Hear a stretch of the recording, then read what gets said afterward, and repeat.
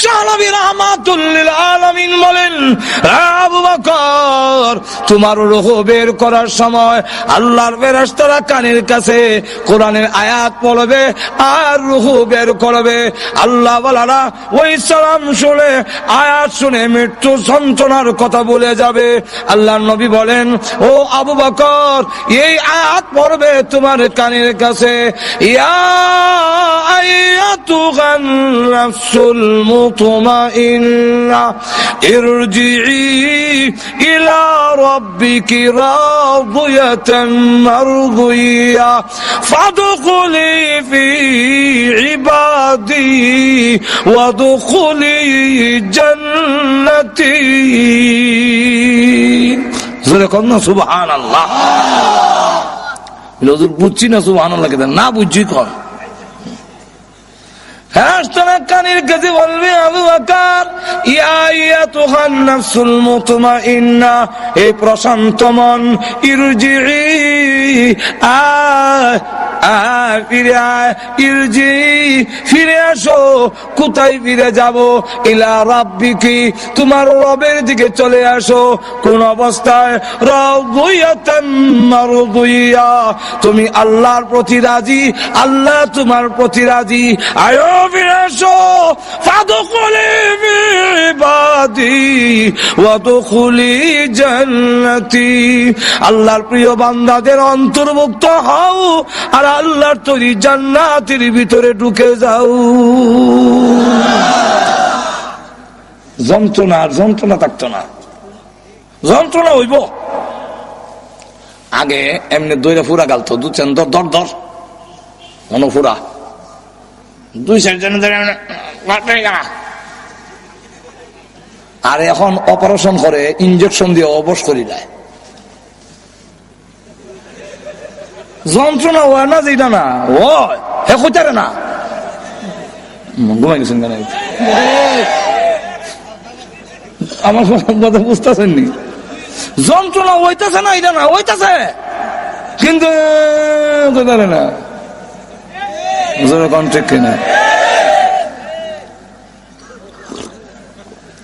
ভাইরা আমার? জান্নাতের দিকে দেখা যাবে, ওই জান্নাত দেখো না বলে, হ্যাঁ এখানে তুমি আল্লাহর সাথে দেখা হইব। আল্লাহ আল্লাহ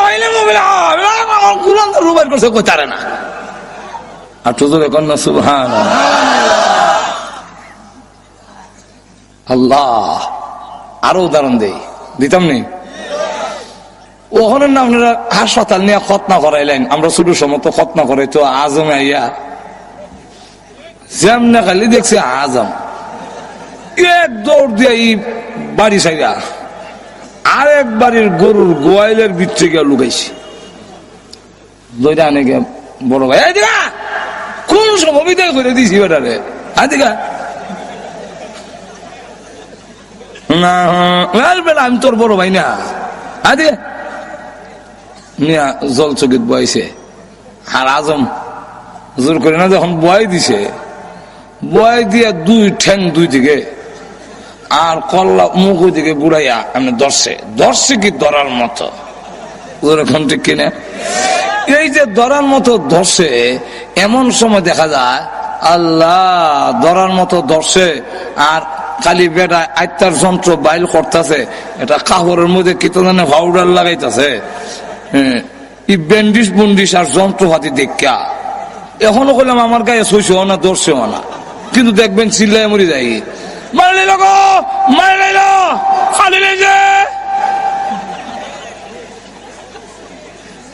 আর যে ধরছে এখন কইতাছে না না কিচ্ছু লাগবে না, না কিচ্ছু কোনটা না এই দেশে মা ঘর থেকে ডাক দিয়া কয় স্যার আমার ফুয়ার মেরে নিবে। আমি তোর মা থাকতে কে রে তোর আর রকম সারবার লাগে না, বুঝে খুব ভালো করে। এখন হ্যাঁ আবার মিষ্টি খুব পছন্দ করে, ছোট সময় তো মিষ্টি খাবে লেগে বড় ভাগল দেওয়া না, তো একলা মিষ্টি বাড়েছে কয় আর মুখনি একলা মিষ্টি দেয়, তো মুখের সামনে না কয় দেখ রসগোল্লাটা দেখ, এমনি খালি রসগোল্লা দেখছে।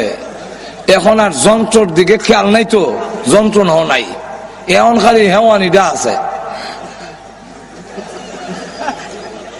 মানে কাটি নিতে নাই আর এখন খালি যন্ত্রণা নাই, খালি হেওয়ানি।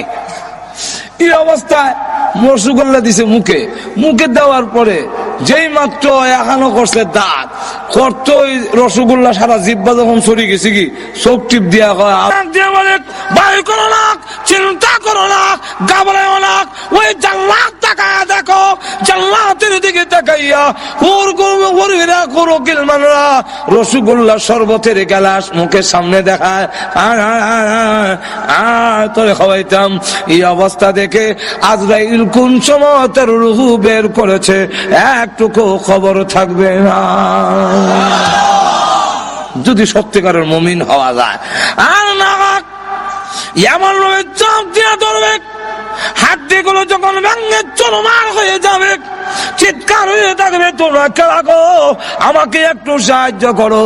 কিন্তু না, কেউ সাহায্য করবে না। একটা জিতা বকরি ছাগলের চামড়া টেনে চুললে যদ্দুর কষ্ট হবে, এর চাইতে বেশি কষ্ট অনুভব হবে যখন প্রাণ পাখি বের হয়ে যায়। এমন হয় অবস্থা, শরীরে একটা মাছি বসলেও সে ব্যথা পায়, বরদাস্ত করা যায় না। এমন কোন অঙ্গ নাই যা ভালো রয়েছে, সবগুলো ভেঙে চুরমার করে ফেলে দিয়েছে, সবগুলো ভেঙে একবারে শেষ করে দিয়েছে।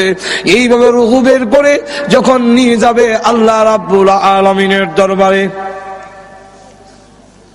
আর দেহটারে গোসল গোসল দেয়, আস্তে দেও, বড় দুঃখ পায়, আস্তে দেও। ওই অবস্থা নেককার যদি হাক দেখে বলে তোমরা কানা গো, দাও আমাকে তাড়াতাড়ি কবরে নাও, কবরে নিয়ে যাও, কবর আমার জন্য বড় আরামের ঘর, তাড়াতাড়ি নিয়ে যাও। আর যদি গুনাহগার হয় ডেকে বলে আমার নিও না, বিদায় দিও না। এই দেহটাকে কবর নিয়ে শুয়ে দিলে আযাবের কোনো সীমা থাকবে না। কবরে যখন নিয়ে যাক, কবরের আযাব থেকে কেউ রেহাই পাবে না। আল্লাহর নবী বিশ্ব নবী রাহমাতুল লিল আলামিন বলেন, কবরের আযাব থেকে যদি রেহাই পেত আমার সাদ ইবনে আবি ওয়াক, আমার সাদ ইবনে মুআয রাদিয়াল্লাহু আনহু রেহাই পেত। হযরত খাদিজাতুল কুবরা রাদিয়াল্লাহু আনহা কান্দে, আম্মা জান আয়েশা খাদিজাতুল কুবরা চোখের পানি ছেড়ে দিয়ে ইন্তেকালের সময় কান্দে। আল্লাহর নবী জিজ্ঞাসা করেন, ও খাদিজা কেন কাঁদলো? কান্দি কারণে আমি পৃথিবীর থেকে বিদায় হয়ে যাবো গো নবীজি, কিন্তু ভয় লাগে, কবরের কোন সামান নাই, কোন প্রস্তুতি নাই, কি নিয়ে কবরে যাব গো নবীজি, ভয় লাগে। আল্লাহ নবীকে আরো বলেন আরেকটার জন্য কান্দি, একটা হলো আমি পৃথিবীর থেকে বিদায় হইয়া কবর কি লইয়া যাব, কবরের কোন সামান আমি খাদিজাতুল কুবরা নাই, এই জন্য কারণে। আর একটা কারণ হলো মক্কার বেঈমান কাফেররা আপনার প্রতি নির্যাতন করে, আপনাকে কষ্ট দেয়।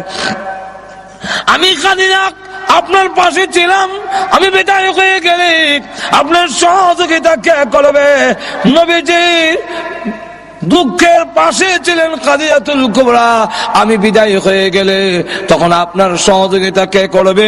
ফাতেমা রাদিয়াল্লাহু আনহা এই সময় ছোট ডাক দিয়ে বলে, মা আপনি কাঁদলেন না, আপনি বিদায় হয়ে গেল, আমি ফাতেমা আব্বার সাথে আছি, জীবন যেতে পারে আমি আমার বাবাকে ছেড়ে দূরে যাব না। এই জন্যে আল্লাহ নবী যখন দাওয়াতের কাজে যেতেন ফাতেমা পিছনে কোমর ধরে রাখত, কাপড় ধরে রাখত। হযরত খাদিজাতুল কুবরা রাদিয়াল্লাহু আনহা যখন কাঁদলে আল্লাহর নবী বিশ্ব নবী রাহমাতুল লিল আলামিন ডাক দিয়ে বলেন, খাদিজা কাঁদো না, তোমার সতীনদের কাছে আমার সালাম পৌঁছাইয়া দিও। হযরত খাদিজাতুল কুবরা বলেন, ইয়া রাসূলুল্লাহ, আমার সতীন কারা আবার সালাম দিতাম?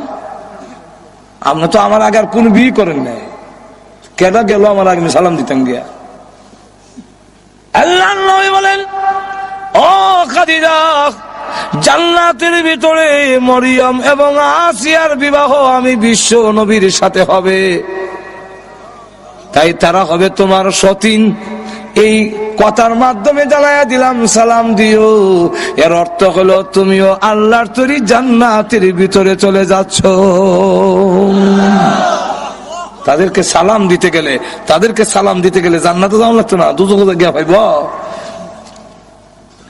হযরত কাদিয়াতুল কুবরা রাদিয়াল্লাহু আনহা এরপরে ভয় করে, ওগো আল্লাহর নবী আপনার ব্যবহারের একটা কাপড় দিবেন আমার কাপড়ের ভিতরে দেওয়ার জন্য। ওগো নবীজি আমার বিশ্বাস আপনার ব্যবহারের কাপড় যদি আমার কাপড়ের ভিতরে থাকে